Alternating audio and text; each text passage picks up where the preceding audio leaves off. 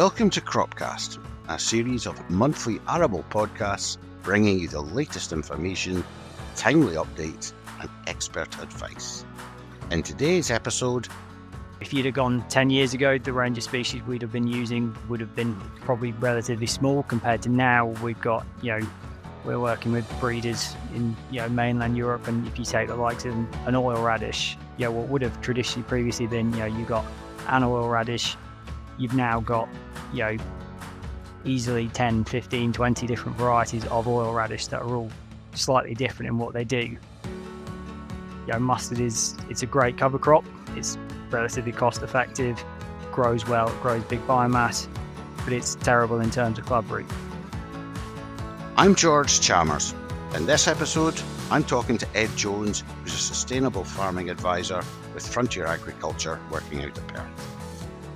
We'll be talking about green manures and cover crops, considering species, establishment, and how to get the best from them.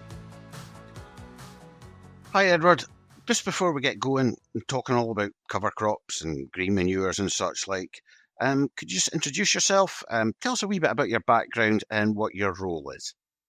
Hi George, so my job is sustainable farming advisor within Frontier's environmental crops team. So what may have previously been known to people as King's Crops is now part of the kind of Frontier team. So just to make it a bit easier for everyone to find things.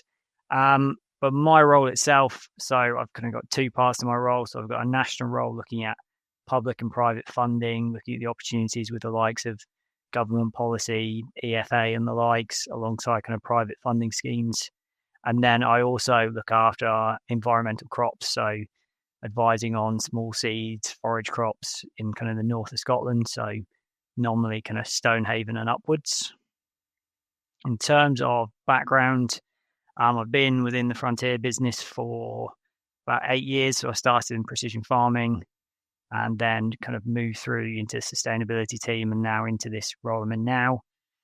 Not from a farming background at all either. So I did studied ecology at university. I did a master's in wetland science and then kind of found my way into agriculture after that, really.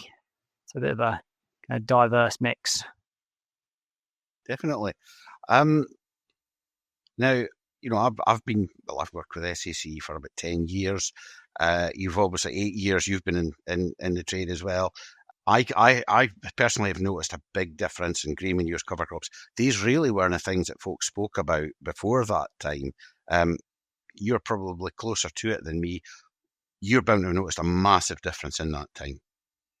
Yeah, I mean, the difference in just the uptake and the interest, and if you take, what the things we were selling probably 10 years ago as an environmental crops business, we were probably very heavily into game covers, conservation mixes, whereas now there's probably been a swing in the other direction, and with the majority of our business, a big chunk of it will be cover crops, green manures, companion crops, all of those sorts of bits and pieces. So there's definitely been a massive sway, probably even in the last 5-6 years, let alone the last 10 years, of just that big demand in terms of more people growing cover crops, more people looking at cover crops, and just probably in the diversity of species that we've now got available to us compared to what we were looking at 5-10 years ago.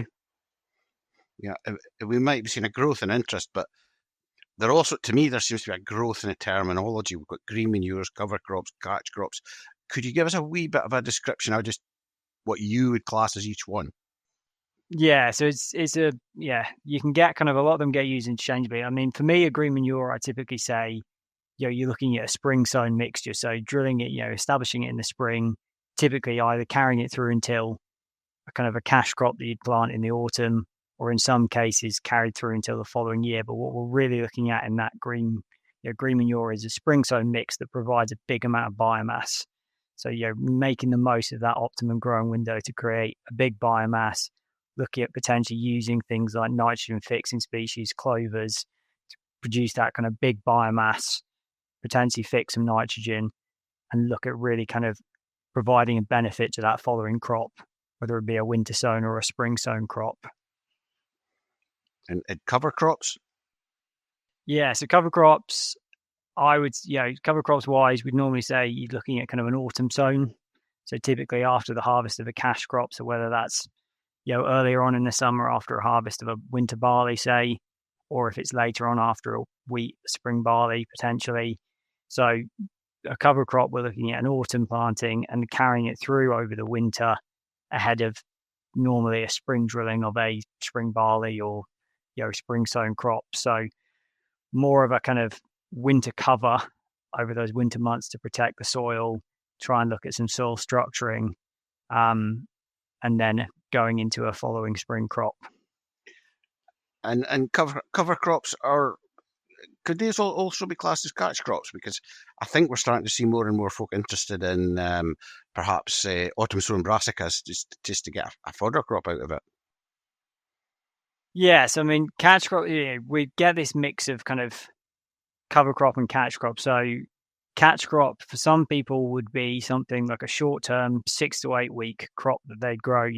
Potentially if you've got something like an early harvested veg or a very early harvest after the likes of a winter barley or something in June, July, some people will look at putting in what they'd call a catch crop then for that 6 to 8 weeks ahead of going into then potentially a winter cereal. So they're looking at just 6 to 8 weeks, trying to make the most again of that kind of peak growing point to grow a big crop, big biomass, and then go into that following crop. The other side of a catch crop would be something like we're probably more familiar with in Scotland in terms of EFA catch crop, where we're looking potentially at things like undersown, barley undersown with grass that you then take through, and you've got that grazing potential, like you say, following the harvest. So the catch crop is probably the trickier of the three to define because it kind of fits in a couple of windows depending on what you're looking at, which side of the border you sit on as well. So, it's ultimately, if you read a lot of what's out there on catch crops, the idea is that you're kind of ultimately catching those excess nutrients or those nutrients that are left after the harvest of whether it be a veg or an early crop, just to try and catch those in the soil and then make them available to whatever you're putting in subsequently, whether it be a winter wheat or oilseed rape, etc. Yeah, and it's fair to say that as time has progressed, certainly probably in the last decade, there's a range of different species, but they all bring different benefits to the table. Yeah, definitely. I mean, like you said, if you'd have gone 10 years ago, the range of species we'd have been using would have been probably relatively small compared to now. We've got, we're working with breeders in, mainland Europe. And if you take the likes of an oil radish, what would have traditionally previously been, you got an oil radish, you've now got, easily 10, 15, 20 different varieties of oil radish that are all slightly different in what they do. And then, like you say, you expand that out again to, your legumes, your wider brassicas, your cereals. There's a lot more diversity of species available, but also a lot more, as the market's grown, the kind of varieties have specialized to do certain things as well. So the same as you'd see with, your cereals, where you potentially get your winter wheat that's a late driller, an early driller, suitable for different scenarios. We're getting more of that coming in with the likes of your cover crop species that suit different settings, different scenarios, different soil types. So the choice is definitely significantly larger than it's ever been before. Yeah, and the range or the different benefits that these can provide is it's almost endless. I think that'd be fair to say. Yeah. I mean, that's one of the things we'd always say. When we have that first conversation with the grower who's looking at, I want to do a cover crop. That first question you've always got to ask yourself, and we'd always ask, is what is it that you want that crop to do?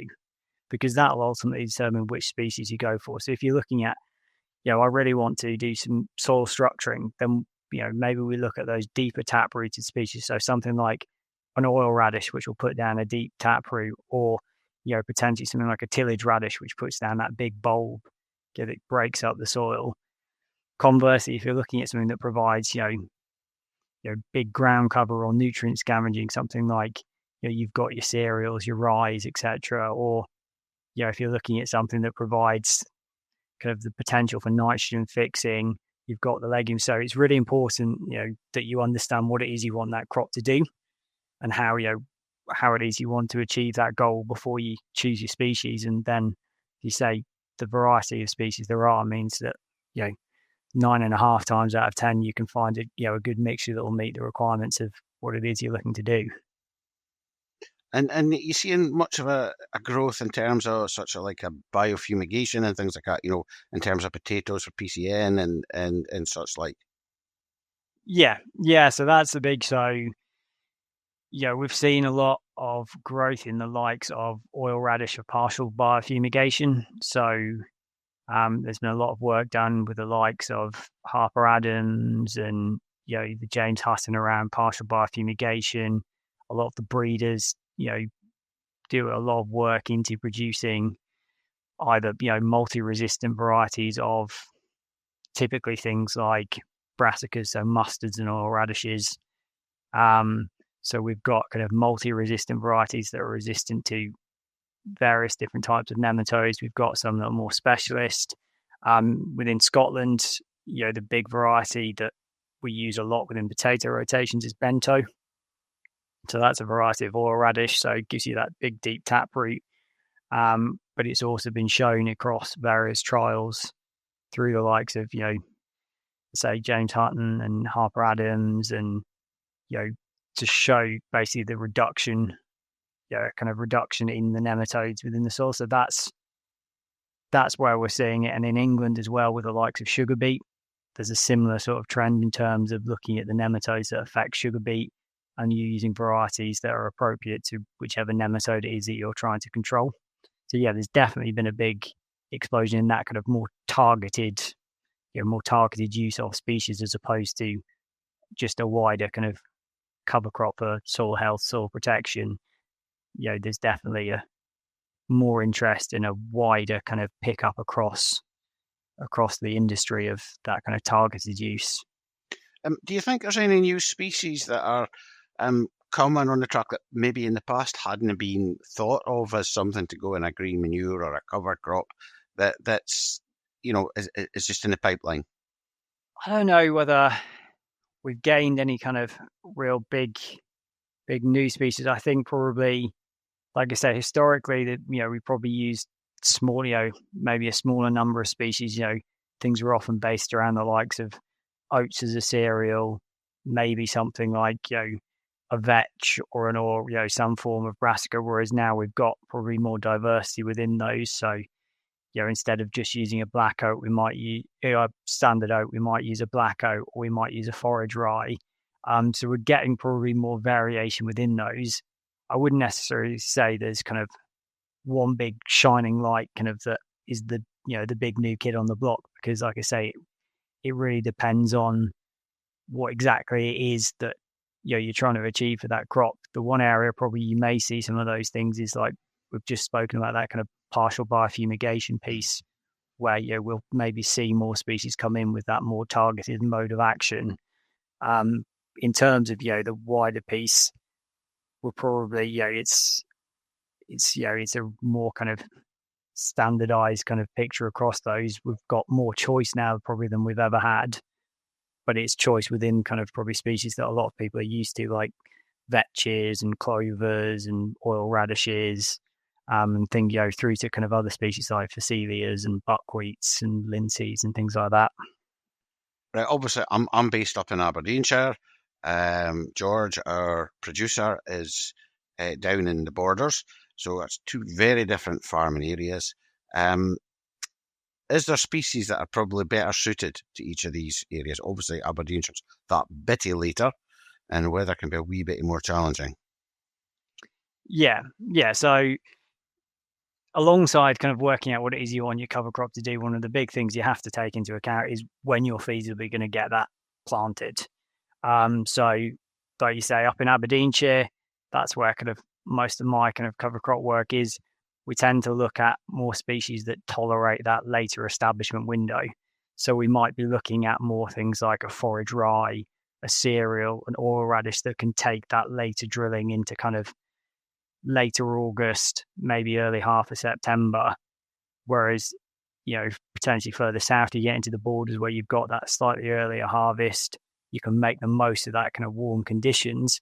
That's probably where you can start introducing more legumes and things into the mix, because they've got that bit longer of warmth there that they can grow and establish before the cold spell kicks in. So typically, we'd say, legumes really, depending obviously on the weather each year. This year it's been quite a mild back end, so we've got some really kind of big, impressive looking cover crops. But typically with your legumes, really, once you get into that first week of September or so, that's when we'd start saying that probably you need to think about how effective that legume's going to be. Once the soil temperatures start dropping, they start becoming less effective. They're not going to fix really a huge amount of nitrogen. You're not going to get a big fix of nitrogen typically from an autumn, a legume in an autumn cover crop, just because it doesn't have that time of warm soil. They normally say, below kind of 8 degrees soil temperature, that's when that legume starts to shut down. It'll stop fixing nitrogen. So that's where you need to make that decision as to, probably if we get to that first week of September and it's not looking like you're going to get it in that week, if it's going to be a week or two, maybe you need to think, do I need to look at a different species? Whereas, if you've got something like, a radish will establish relatively late, a phacelia will grow pretty late on into the season. Your cereals, your forage rye, your oats, they'll obviously grow through at a later point. So there's definitely a piece to be said about when you're going to get it in and the conditions in which you're going to get it in. If you're going to get it in late and it's potentially going to get cold quite quickly, you need to think about putting the right species in that will match that. Whereas if you've got that longer period, if you're in the borders and you've harvested your barley in early July and you've got all of July and August, you can use probably more of those legumes in that mix because they've got that time to establish. And is there species or types that you perhaps maybe tend to pair up in a mix? Obviously, it depends on what they're trying to achieve in terms of benefits. But like a clover or a taproot together, is there specific species that you'd pair together? So if we always try and get I try and look at potentially if you're getting a different kind of two species or a couple of species that have different rooting depths and different rooting profiles. So, for example, if you were to pair kind of a cereal, so a forage rye or something, with an oil radish, your forage rye, your cereal, you're going to get that kind of more fibrous rooting in the topsoil, which gives you that more friable texture afterwards. With something like an oil radish, which will give you that deep taproot, which will help kind of break down any subsurface compaction, potentially if you've got any kind of small little pans forming under the soil. So, I definitely look at pairing those different rootings. So getting, a more shallow fibrous rooting variety with something that gives that depth, just so you get that full kind of soil profile. Also, we've just spoken about, the challenges of different establishment windows. How do you get, which species suit where? Obviously, if you get that mix within, mix of species potentially, it just gives you that insurance factor and sense of if one of them potentially doesn't do as well because the conditions potentially are not as, slightly inclement for that one particular species, you've got that backup. So you're not relying on one species to do all the work. If you've got 3, 4, we've got mixes with 10 different species in, we've got mixes with 2 different species in. Obviously, the more species you've got, potentially, the more kind of risk management you've got in terms of, one of them doing not so well, being replicated, being replaced by another. But I'd look at, your rooting depths, and then depending what it is you want to do, if you're looking at grazing, potentially you want something like, with the changes to the likes of EFA green cover now, potentially you look at something more leafy like a forage rape with something like a stubble turnip, which gives you that bulb, slightly more, slightly different kind of growth periods, slightly different maturity. So then, you can graze off one and then you're left with a sub canopy the other. So you'd look at pairing things dependent on what your objectives are. Say as a standard cover crop, I'd look at rooting, and then, and the more specific kind of requirements, just look at what it is you're trying to do and which species would give you a bit more flexibility and a bit of risk management as well. We've talked a wee bit about the benefits here, but you have to be careful what you put in the ground as well. There's things you have to think about in terms of rotation. Obviously, if you're an oilseed rape grower, you'd have to give, radish would probably be a no-no. There's a few other things you'd probably have to think about as well. Is that right? Yeah. So you definitely have to think about how that crop's going to fit into your wider rotation. So, like you say, if you're an oilseed rape grower, how wide's your brassica rotation? We do have growers who grow oilseed rape and they also grow oilseed radish, and they don't have any issues. But we have some who similarly will say, I'm not willing to take the risk because that oilseed rape is my high value crop. So therefore, I'm going to mitigate as much risk as I can by just not even introducing another brassica. The same with some of the kind of high value veg guys. If you've got broccolis, cauliflowers, etc., going in, you want to protect that. So therefore, you probably want to avoid adding things in. The same as some people, if you've got a lot of cereals in your rotation, you potentially want to look at a cover crop that doesn't introduce another cereal, because then you can take out that chance of a green bridge between harvesting a cereal, going to a cereal cover crop, and then going back into a cereal. One of the common ones that tends to get flagged up is the likes of mustard. Mustard it's a great cover crop. It's relatively cost effective, grows well, it grows big biomass, but it's terrible in terms of club root. And obviously, if you've got oilseed rape in your rotation, it's not good. Also, you've got to be careful of things. Some things go into seed. So the likes of, like we've just said, if you've got brassicas and you've got high value veg, where you've got oilseed rape in the rotation, if you're letting those things go to seed and they then pop up in your oilseed rape in 2 years' time, you've got a real issue because you can't do anything to get rid of those brassicas within your oilseed rape crop. So there's definitely a question, you have to think about that existing rotation you've got. How does that crop fit in? Will you be able to destroy it in good time, etc.? So there's definitely things to look out for. And that's the piece we'd always say is, before you go into it, get good advice, speak to people, see what they'd recommend, what suits your situation, speak to your seed merchants, speak to your agronomist and see what would suit what I'm trying to achieve, and does that impact what else I'm growing on the farm? Yeah, I think when obviously there's the stubbles followed by green manures option, what we saw initially, farmers were obviously getting this money to establish a green manure. Maybe human nature kicked in, and to start with, they were buying pretty much a cheap mix, not giving it too much thought. I know of instances that they grew mustard, I think in 2016 or 2017, and every year there's a crop of mustard grows yet. So it's you really have to watch when they set seed. Yeah, and that's the thing, especially if you're growing a mustard in the springtime, you've got a very high chance, the same as an oilseed radish. If you're growing it in the spring, you've got a chance that quite a high chance that it will go to seed.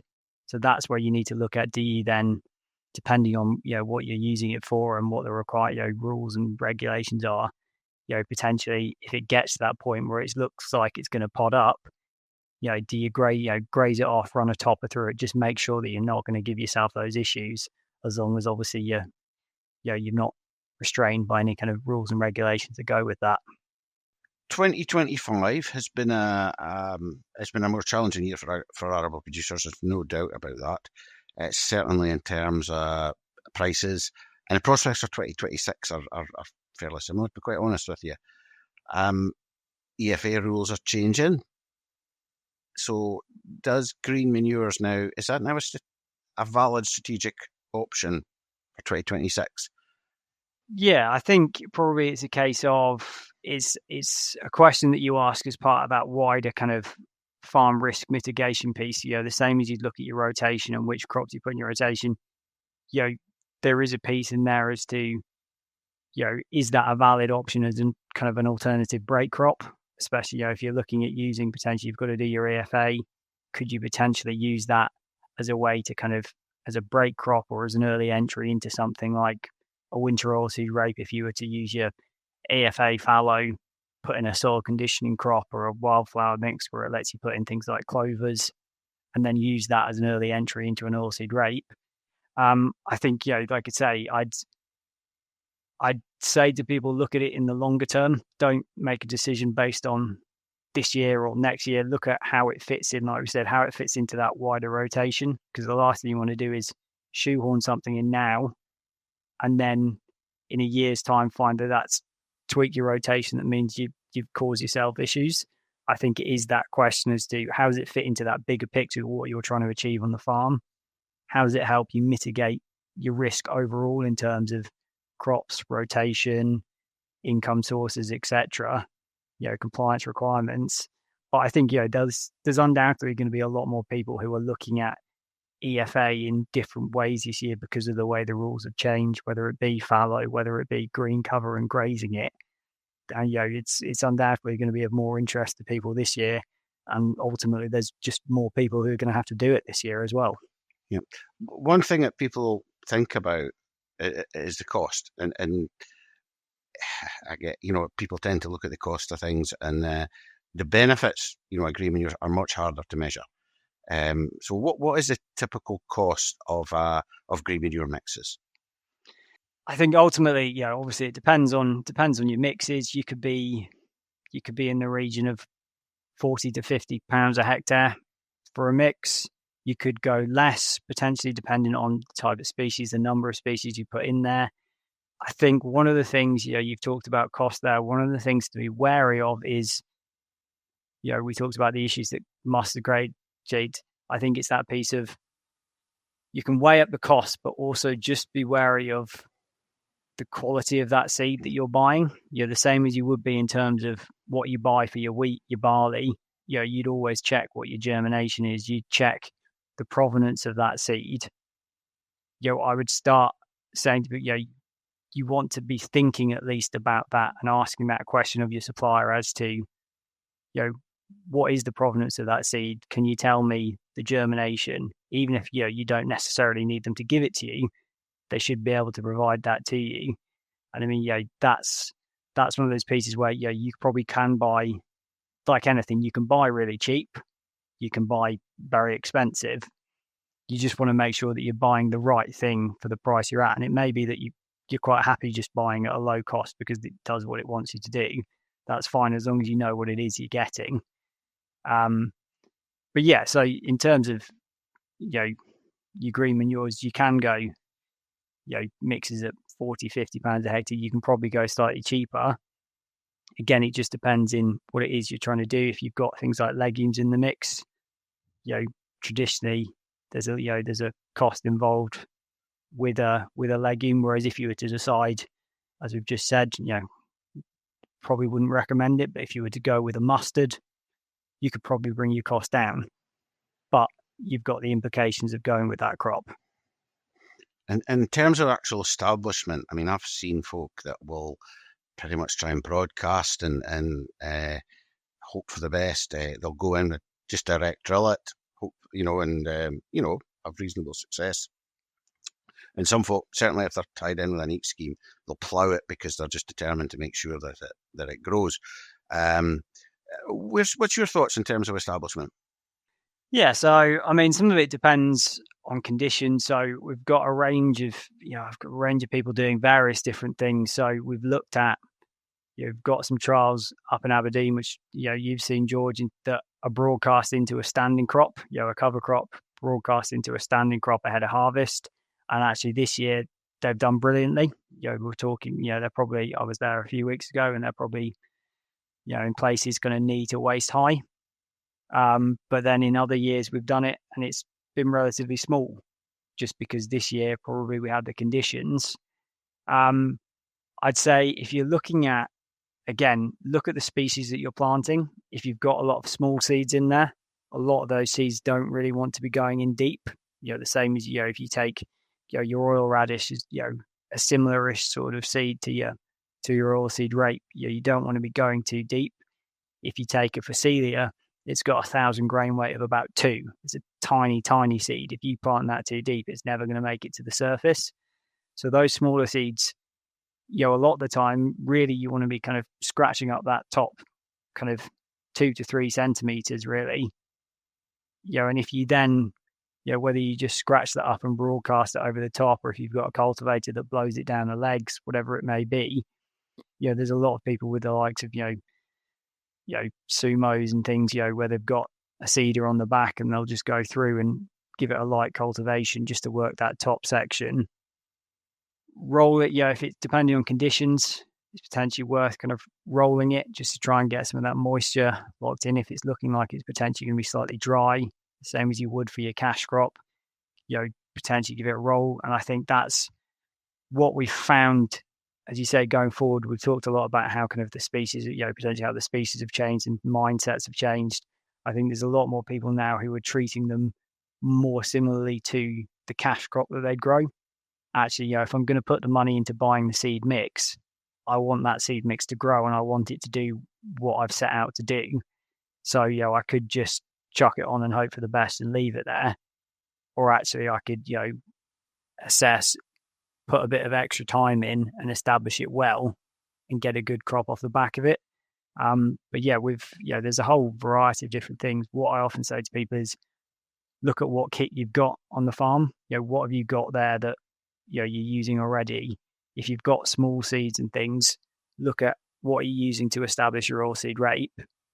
Because if your mix is similar sort of seed sizes, that's potentially a good route to go down in terms of drill. Like I say, the biggest challenge is depth typically. If you plant it at your standard cereal depth and you've got small seeds, you might be an issue. You do have the flip side of that. If you've got a mix that's got small seeds and cereal seeds in, you have to make a compromise somewhere. That's where you just kind of have to go into a middle ground. But I think, look at what you've got on farm, assess kind of the conditions that you're going to be going into. If you're going in kind of early doors in the season, if you're looking at a cover crop and you're going in July, August, and conditions are good and soils are warm, you've potentially got a slightly different establishment approach to if you're going in September and it's getting a bit colder and maybe the soil's getting a bit cloddier. You maybe need to look at different approaches. Yeah, I mean, I know I've seen some fantastic examples that essentially the farmer has treated them as a crop, and come early summer, there's fantastic beds of clover or Phacelia, whatever's been sown in the mix. And it's looked really, really well. And there can only be a great benefit, to the following crop. So there's definitely something in, just treating it as a crop. There's no doubt about that. Again, 2026, we've kind of discussed it in a wee bit of detail, but the EFA rules are changing. The green cover option, going in after a crop. An increased range of species is going to be available for farmers to grow. So there's going to be a real opportunity there, I think, for farmers to maybe dip their toes in the water. And it's also going to pull in, it's going to be a real option for livestock farmers as well. I think, there's going to be kales come into it and even stubble turnips. So I would imagine that you're seeing a lot more interest in those sort of crops, even this year, as folk just look to, try out one or two of these options.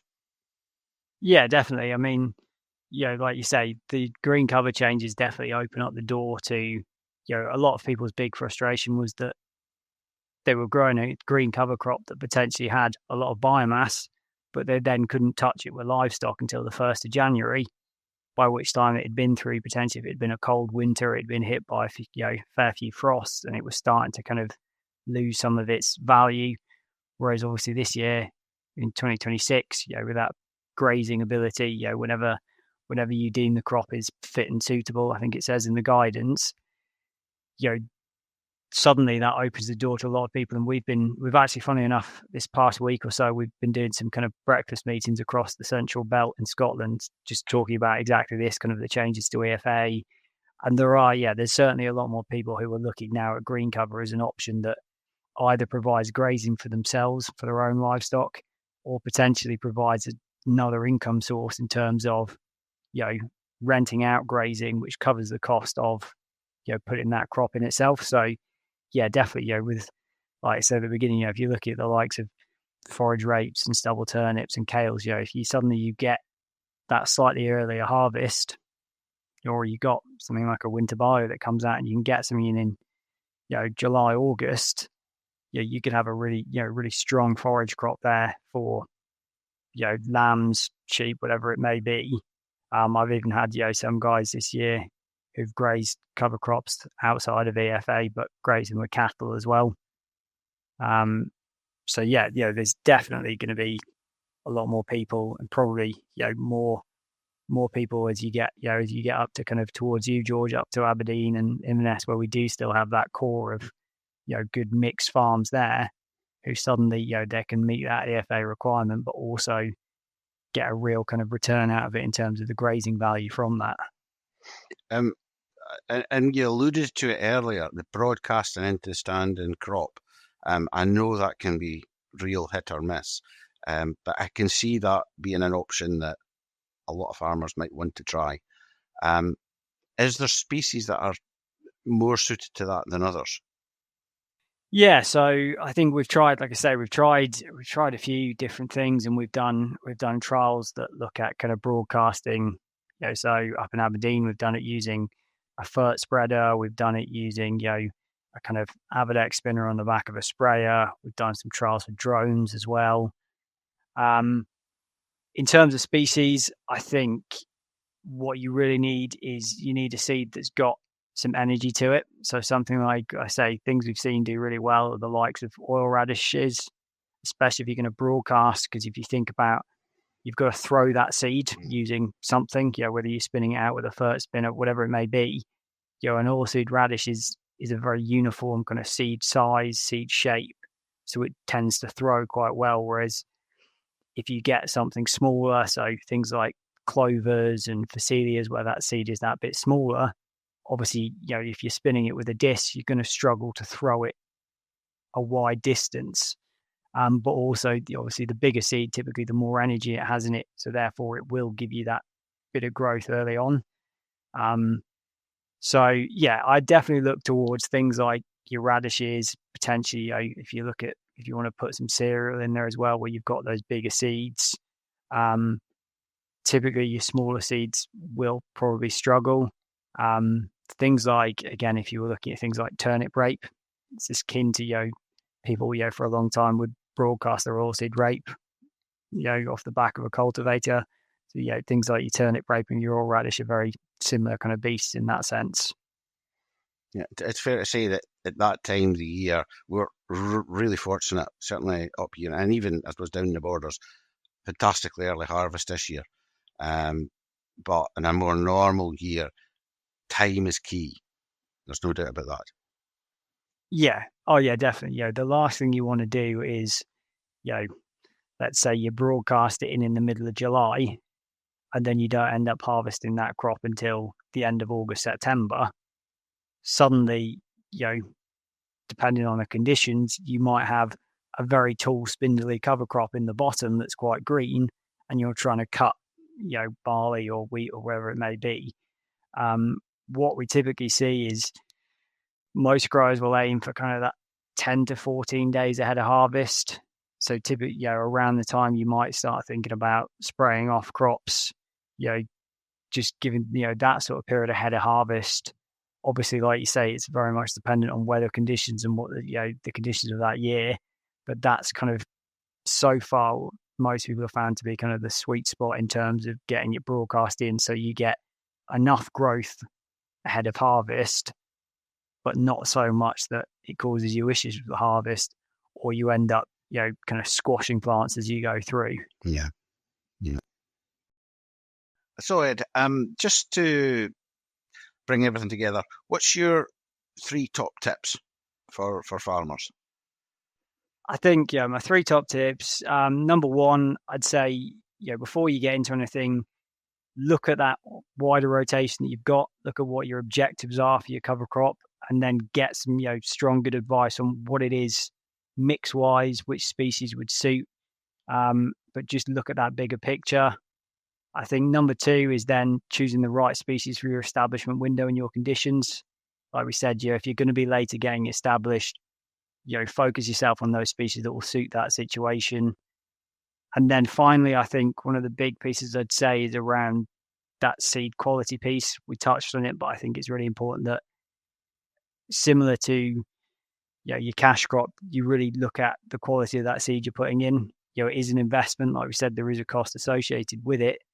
So along with establishing it correctly and doing everything you can there, the beginning of that is getting a seed that exactly what's in that mix, the quality of that seed, and you trust it to do the job that you want it to do. Thanks a lot, Ed. In terms of green manures and such like, you've definitely got it covered. Thank you for joining us for this episode of CropCast. If you enjoyed this podcast, please subscribe or follow. If you want to find out more about anything we've discussed on the show, or you'd like to get in touch, you can find all our details in the show notes. We look forward to seeing you again in the December episode of CropCast.